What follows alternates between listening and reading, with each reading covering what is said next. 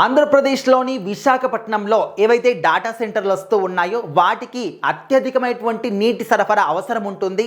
విశాఖపట్నం ప్రజలందరూ కూడా నీటి కొరతను చూస్తారు అని చెప్పేసి ఈ మధ్య కాలంలో ప్రచారం జరుగుతుంది. దానికి తోడు రోడ్డుపైకి వచ్చి ధర్నాలు కూడా చేస్తూ ఉన్నారు. అయితే ఆ విషయంలో నారా లోకేష్ గారు ఒక క్లారిటీ అయితే ఇచ్చారన్నమాట.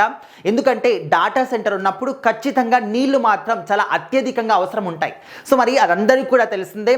ఎప్పటి నుంచో కూడా కావాలంటే గూగుల్లో కూడా సెర్చ్ చేసుకోవచ్చు. డాటా సెంటర్కి చాలా వాటర్ అవసరం అన్నమాట. సో మరి విశాఖపట్నంలో ఈ యొక్క డాటా సెంటర్ ఏర్పాటు చేస్తూ ఉన్నారు కాబట్టి ఇప్పుడు గూగుల్ డాటా సెంటర్ వచ్చేసింది. మరి ఆల్రెడీ ఇంకా కొన్ని డాటా సెంటర్లు కూడా రాబోతున్నాయని చెప్పేసి కూడా మాట్లాడుకుంటున్నారు.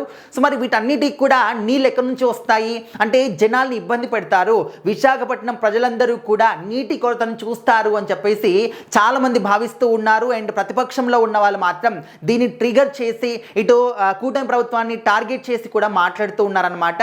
సో వీటన్నిటికి కూడా నారా లోకేష్ గారు క్లారిటీ ఇచ్చారు. ఓకే, మీరు అందరూ కూడా అంటున్నట్టు నీళ్ళ ఉపయోగం మాత్రం చాలా ఎక్కువగా ఉంటుంది, కానీ ప్రజలకి నీటి కొరత ఉంటుంది, ప్రజల యొక్క నీటిని ఇక్కడికి మళ్ళిస్తారనడంలో మాత్రం అసలు అర్థవంతంగా లేవన్నమాట. అవన్నీ కూడా అసత్య ప్రచారాలు.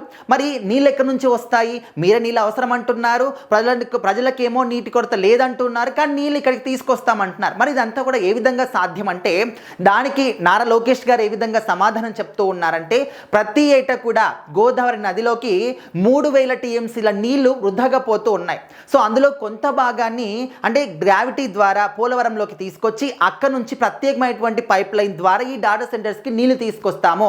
కానీ ఇటు ప్రజల నీటిని కానీ ఎలాంటి చిన్న పర్సంటేజ్ వాటర్ని కూడా ప్రజల నీటిని ఈ డాటా సెంటర్స్కి ఉపయోగించట్లేదు అని చెప్పేసి ఆయన చెప్తూ ఉన్నారు. సో ఇప్పుడు ఎవరైతే ధర్నాలు చేస్తూ ఉన్నారో, ఎవరైతే విధంగా క్వశ్చన్ చేస్తూ ఉన్నారో వాళ్ళకి నేను ఒక క్వశ్చన్ ఇస్తూ ఉన్నాను.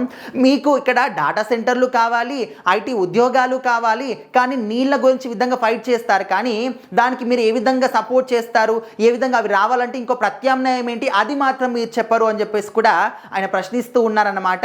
సో మరి గ్రావిటీ ద్వారా ఇటు అంటే వృధాగా పోతూ ఉన్నాయి వాటర్. సో అందులో కొంత అన్నింటిని కూడా కాదు, కొంత భాగాన్ని మాత్రమే గ్రావిటీ ద్వారా పోలవరంలోకి తీసుకొచ్చి అక్కడ నుంచి విశాఖకి యొక్క డాటా సెంటర్స్కి వాటర్ మళ్ళిస్తూ ఉన్నాము అని చెప్పేసి పక్కాగా ప్లానింగ్ని అందరికీ కూడా ఎక్స్ప్లెయిన్ చేశారనమాట.